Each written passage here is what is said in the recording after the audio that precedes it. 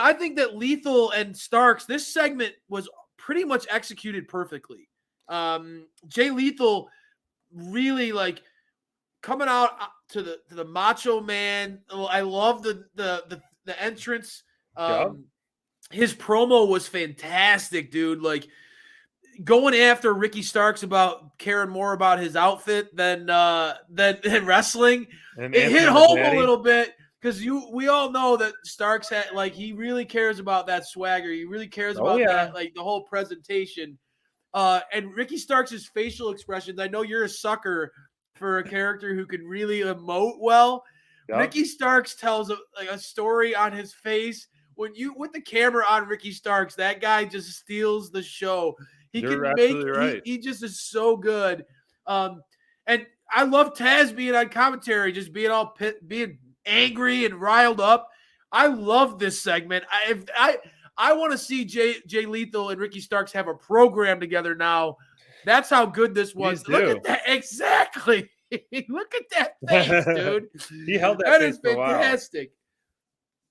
He held that face for, I was really excited for the day. Jay, yeah. Give me your best impression. You can't tell because I have my glasses on, so it's all in the eyes and the eyebrows. So, but Jay Lethal, do it at home. You want to. Ever since his debut, I've said it before and I'll say it again. Like I did not know his in-ring work. I've watched YouTube videos of his promos and his work with Ric Flair and then the Black Machismo. And then ever since he debuted, I was like excited. I'm like, oh man, I want to see this guy. What are they going to do with him? What are they going to do with him? And then all of a sudden it was a surprise coming out to help Dante. And then now he's calling out Ricky Starks and I love it, man. He's coming out in that suit and he did not skip a beat. Lethal was on fire, true veteran versus Ricky Starks. And I think that is outstanding pairing. I know we talked about Factory versus Team Taz, kind of a faction feud, which would be really fantastic. But the way he was calling out Starks for the gold that didn't matter because he wants it more now, even though it doesn't matter. And he had to ask Daddy to think about it. A one-on-one match in a program it's going to be gold, man. It's going to really give purpose to Ricky Starks. And he hasn't really had a direction of a true purpose direction. He's been that wingman to Hobbs. He's been that wingman to Team Taz, doing fantastic work on commentary. But now he's going to get a purpose and a direction versus Jay Lethal and a feud with Jay Lethal. And it's going to be a banger, man. I think these guys are going to pair up physically so well together in the ring. And hopefully this could be a chance for Jay Lethal to dethrone, to finally take that FTW belt off of Team Taz. We saw Cage having it. Now Starks having it. If you take that off, which we've been calling for, to make it a more meaningful belt, not just kind of some, toy piece you're carrying around, I think that could be a step towards doing that. And if a guy, honestly, a sleeper guy to take it would be Jay Lethal. Yeah. That guy, I know, let's be real, man.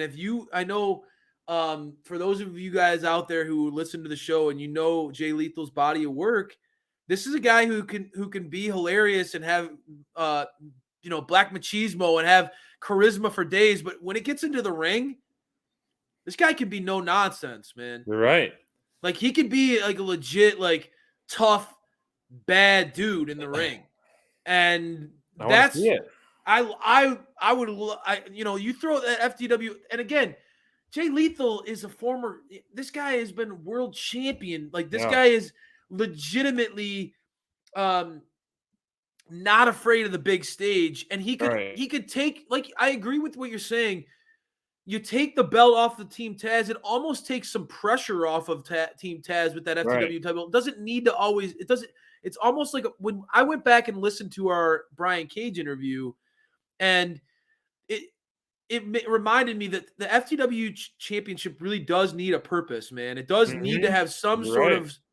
It needs to have something happen to it, or else it becomes almost a distraction where they have that belt, so they're not a contender for other belts. And that, I think you and I both agree, Ricky Starks could easily be a TNT champion.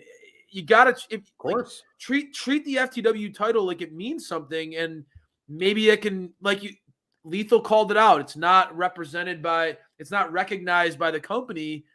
Maybe if he wins it, it will get recognized. Maybe if the belt changes hands in a match, that's what sparks it being recognized. And then Jay Lethal seems like the type of character, unlike Ricky Starks, who would want to defend it all the time, And that's the spirit of the FTW title is going back to Taz was he would take on anybody, anywhere, and he'd kick your ass.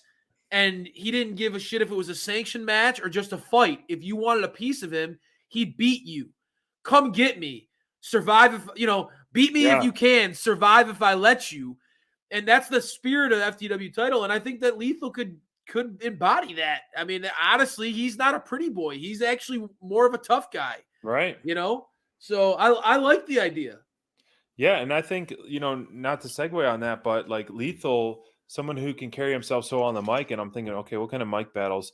An MJF Lethal program down the line, I think would be really like when MJF gets gold and Lethal tries to challenge for it against anybody is yes, but I think Lethal is one of those guys that can carry himself well. He could. On the mic. That's a good point. Feuds. There's a lot of people that could go against MJF. You're right, and so he's got a really great skill set, and that's I like that. And you're standing up for Team Babyface right now because as a team heel, it's easy to say I'm going to throw MJF out there, and I know he's going to represent and kill it because he's the best heel in the game. But for you to be able to put your neck out there and say, hey, from what I see, I think Jay Lethal could go toe-to-toe with him. That takes there aren't a lot of baby faces who you could say with confidence could hold their own and not get eviscerated by MJF on the mic. You're right. And that's a great point by you. And Jay Lethal is not afraid of the moment at all. And it's good that AEW has more guys like him on the roster. Guys who have that tenure and that track record who can still go at a high level.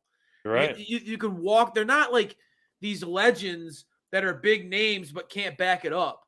Jay Lethal is a guy who's a big name but can still go with the best of them in the business. So best of both worlds with his signing.